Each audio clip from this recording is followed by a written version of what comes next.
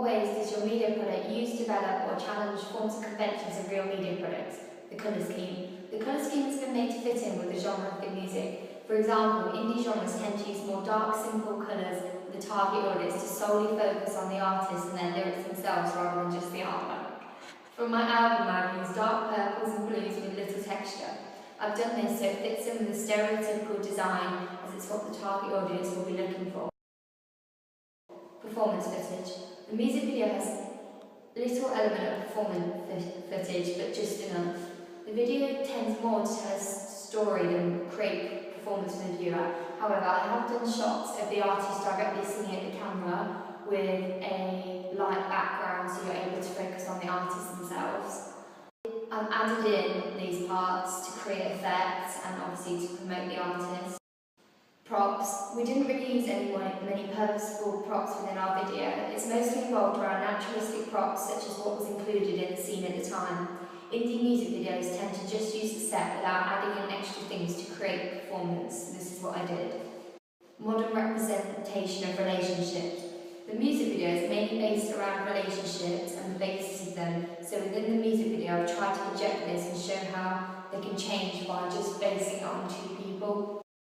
How effective is the combination between your main product and ancillary text? Consistent style. Throughout my digipack, I've used the same font, colour and scheme and design. This is to show a wide use of continuity and to make the product look more professional. I've tried my best to use all the right colours to match each other and make sure everything is equally spaced out. Colour scheme. Within my digipack, I've used dark purples, blues and light pink. These are reasonably stereotypical dark colours, as my band is indie and it fits in with the genre well. The light pink is used as the font to contrast against the darker colours, so it's easier for the target audience to notice. Ancillary products conventions used. Editing images. I've chosen to use a picture of a building on my album artwork, as in the indie genre, the artist doesn't really like to focus on the attention on themselves. I've used a photo of a place following. I've enhanced the colours and sharpened the image so it stands out more to the target audience. And I've used this because London at night tends to signify romance, and it's quite stereotypical. Image of the album cover on the magazine. I've put the image of the album cover on the magazine to promote the album to my target audience, and it allows them to know what it looks like when buying. Establishing shot. I used an established shot for scenery in London, obviously to signify romance. It's common in the indie genre to use a picture of scenery that would take up a lot of the album cover, because again, the artist doesn't want it all to be focused on themselves. Continuity of colours. On the back of the album cover, I've used the same basic background colour as the front cover. The simple design fits in with the genre and allows for continuity throughout my album.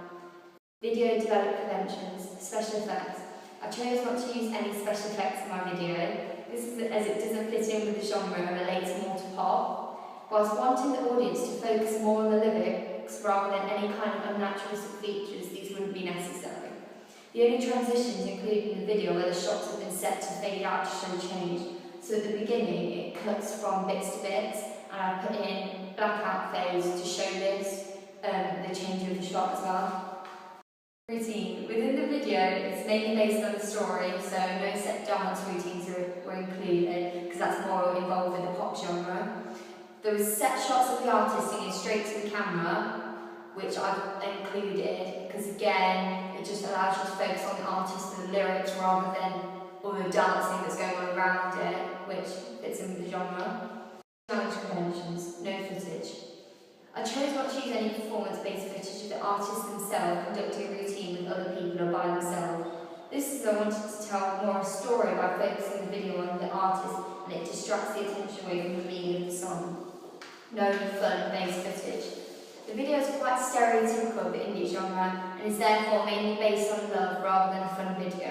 The shots are mainly long and not quick-paced, and the video is filmed as though a couple themselves were filming rather than footage completed by a camera crew. And ancillary products, developed conventions, people. There are no people included on the album artwork for my digipack. This is as I felt like a more simplistic approach would be better, as again the artist doesn't want to focus the attention all on them in media culture. Instead, I've done a view of a certain part of London to signify romance, and London was originally where the video was meant to be set, but due to a few issues, it was then filmed in Leicester. Colour scheme. I've chosen dull colours, which aren't usually on the album cover. Typically, most bright colours are used in order to attract the audience attention, but I thought the dark purples almost set the mood of the album cover, and it will be noticed for its individuality. Hair and makeup. Again, the hair and makeup are naturalistic and not overdone, as I was trying not to attract attention to the artists themselves. On the digipack, I haven't included a picture of the artist except for the insert, because I feel like they can then notice the artist when they go to look inside the album rather than just noting it straight away. Camera shots. I've used various amounts of establishing shots throughout my video to show the location it's in. I've only used an establishing shot as my album cover. This is to represent romance and originally where I was going to be shooting my video. Represent love. I've chosen a calligraphic font which has a lot of flicks and tends to look smooth as it all flows together. This is as my album songs are mainly based around love. Ancillary products, challenge conventions. There is no artist taking up the front cover of the album, which is what a lot of artists do. I didn't feel like this was appropriate, however I did put a picture of him on the CD insert where he's not directly looking at the camera so he doesn't draw a lot of attention to himself. Fonts. I've used the same font throughout the album to show continuity, and on the disc I've used a simple bold font to show the record studios but left the rest of the disc plain. Camera shots. I've used various amounts of establishing shots throughout my video to show the location it's in. I've only used an establishing shot as my album cover. This is to represent romance and originally where I was going to be shooting my video. I find what was expected from my video and different types of things they expected for the genre. I got some feedback from my target audience, which was 16 to 21 year olds. They liked the fact that indie videos told the story and thought this was more interesting than pop videos, which were all over the place. They stated how they were unique and this is what they expected. From asking them certain questions, I was able to record their responses and then work on my outcome from this. I was able to ask them what I shouldn't do, and they gave me their opinions. I was then able to gather in-depth responses, and this helped me to produce my music video. Final video audience feedback. After getting certain people to watch my video, I created a message on a social networking site and asked my target audience what they thought of the video. I also filmed a couple of people talking about my video on digipack. From this, I gave positive and negative comments, and it will help me improve for next time. How did you use new media technologies in the construction and research, planning and evaluations?